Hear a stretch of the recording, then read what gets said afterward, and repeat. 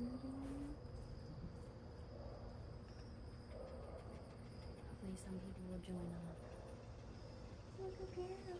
He's a good girl. He's a good girl.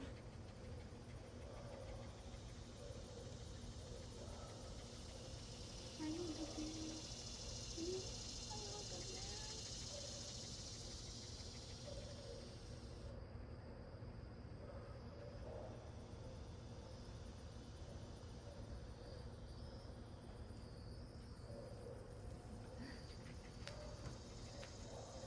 I wonder if people can see.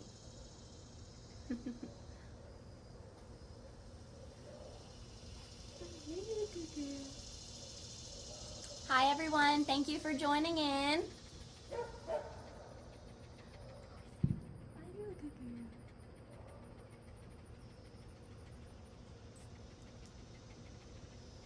We will go ahead and get started. We're very excited today. We are at the Wacomico Humane Society and we have a friend joining us. This is Delilah. And she's a very good girl. She's very sweet. And we're going to be reading a book about dogs today. So we thought, what better way than to be at the Humane Society? All right. So the book we're reading today is called The Gate Crashers.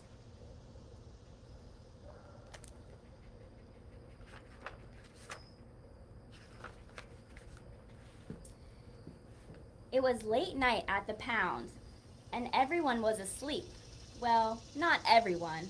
Deep in the secret headquarters of the Pound Puppies, plans were being made. So Violet, Cooler was saying to a visiting friend, this new boarding school is a place where kids live and go to school.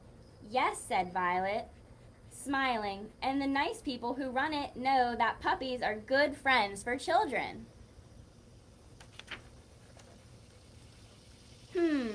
Puppies in a school? That's a smart idea, exclaimed Cooler. Scrounger, let's sneak some puppies out of the pound and take them to the school. Scrounger was about to say, sure, boss, when the nose burst into the room carrying a newspaper. Have you heard the news? Exclaimed the nose. The mayor has fired Dabney Nabbit and hired a tough new dog catcher. Nabbit is packing his things right now. Cooler knew that as long as Nabbit was a dog catcher, he and his friends could use their secret tunnels to escape the pound and help other puppies find homes. No new dog catcher would be as easy to fool. Don't worry, said Scrounger. Cooler will think of a plan. He always does. He'll save Nabbit's job. Yeah, said Cooler, deep in thought, but this is a tough one, even for me. As he spoke, Cooler glanced at the newspaper headline, Escaped Zoo Lion Captured. His eyes lit up. Gang, we're going to make the mayor want to keep Nabbit, stated Cooler, and we're going to give some puppies a good home at the boarding school. Listen, Cooler said to the group his plan, and in a few minutes the puppies were busily at work.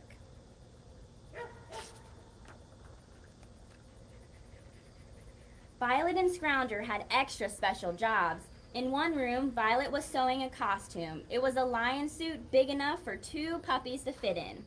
In another room, Scrounger worked on 2 different projects. First, he hooked up a special telephone and tape recorder in the Pound Puppies mission control room. Then, he sneaked out of the pound and connected the phone lines to the mayor's house. Now, all of the mayor's phone calls would come to the pound. Scrounger's second project was even trickier. Using parts he had found in the trash outside an electrics company, he made a TV camera. It really worked. Then Scrounger found a picture of a roaring lion and set it up in front of the TV camera. Finally, on the roof of the pound, Scrounger put a special machine that could control the mayor's TV. The mayor would set a picture of whatever Scrounger's TV camera was pointing at. By the time everything was ready, it was morning. The Pound Puppies had a busy day ahead of them. Cooler and Violet tried on the lion suit. Perfect fit, Violet said. Cooler, let's make our practice run. They walked right past the spot where Dabney Nabbit was cleaning out his office. They made sure he saw them. Nabbit mumbled to himself, "Puppies in a lion suit? I bet they're planning an escape. Well, I don't care if I'm fired. I'm going to catch those puppies right in the act." Back in Pound Puppy headquarters, Cooler and Violet climbed out of the costume. Violet said, "I hope your plan works, Cooler." Cooler laughed. "It's going to be a roaring success," he said. Then Cooler selected the puppies to send to the boarding school. "Okay, pups," he said, "do well at school and don't eat anybody's homework." Sparky, you never ate anyone's homework, did you? That evening, the phone rang at the mayor's house. "Hello," said the mayor. "This is Police Chief Williams," said the voice on the phone. "Bad news, Mr. Fist. Another lion has escaped from the zoo and it's heading your way." "My way?" gasped the mayor.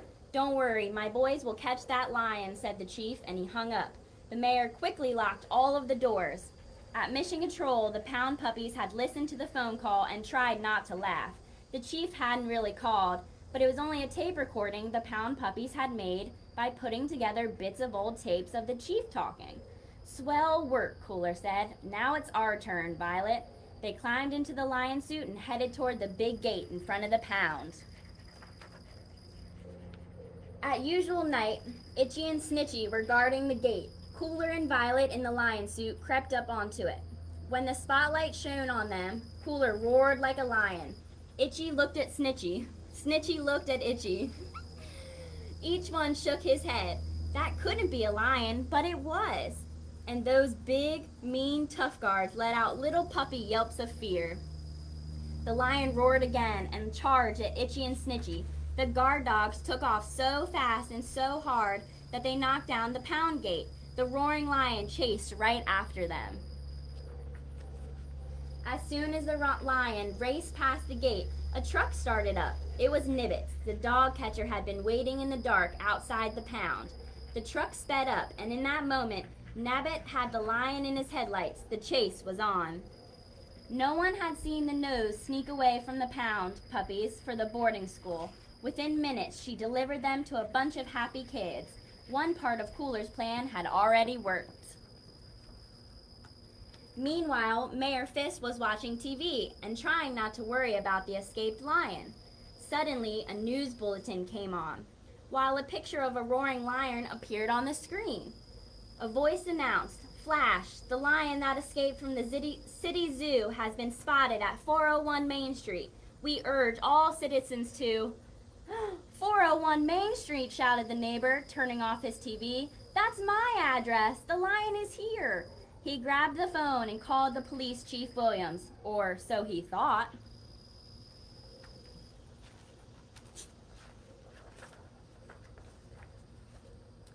In Mission Control, Scrounger turned off the TV camera. He picked up the ringing phone and set it next to the tape recorder. A voice on the tape said, "Hello, this is Police Chief Williams. I'm on an important case right now, but please leave a message after the beep." Even before the machine could beep, the mayor's voice could be heard screaming into the phone, "Help, help, the lion is here." And so it was. Cooler and Violet, with Nabbit in hot pursuit, had just reached the mayor's front porch. But he roared and growled. They stomped and scratched at the door. They sounded like the meanest lion that there ever was. "Help, help," the mayor screamed with fright. Then above the commotion, he heard a voice yelling at the lion. It was someone he knew. It was Nabbit. The mayor peeked out a window. He watched in shock as Nabbit grabbed the lion and said, "Okay, wise guy, I'm taking you in." The mayor couldn't believe it. Nabbit had saved his life. Nabbit had grabbed that roaring lion and was taking it in. Nabbit was a hero. Nabbit? Once the lion was safely locked in Nabbit's truck, the mayor said, "Nabbit, you're the bravest animal catcher I've ever seen. You can have your job back." Nabbit grinned the third biggest grin ever. Cooler and Violet in the truck had the biggest and second biggest grins. The next day, the nose came in with the newspaper. "Listen," she said. "On page 3, there's a story about some puppies who have a new home at the boarding school. And on page 1, it says the mayor has announced that Nabbit is getting his job back." The mayor realized how valuable he is as a dog catcher. That's no lie, said Scrounger. Of course not, said Cooler, laughing. We've already had enough lying around here. The end. Thank you guys so much for tuning in. We are so excited we could be here at the Humane Society. And once again, this is our friend Delilah, and she's available and up for adoption. And let's see.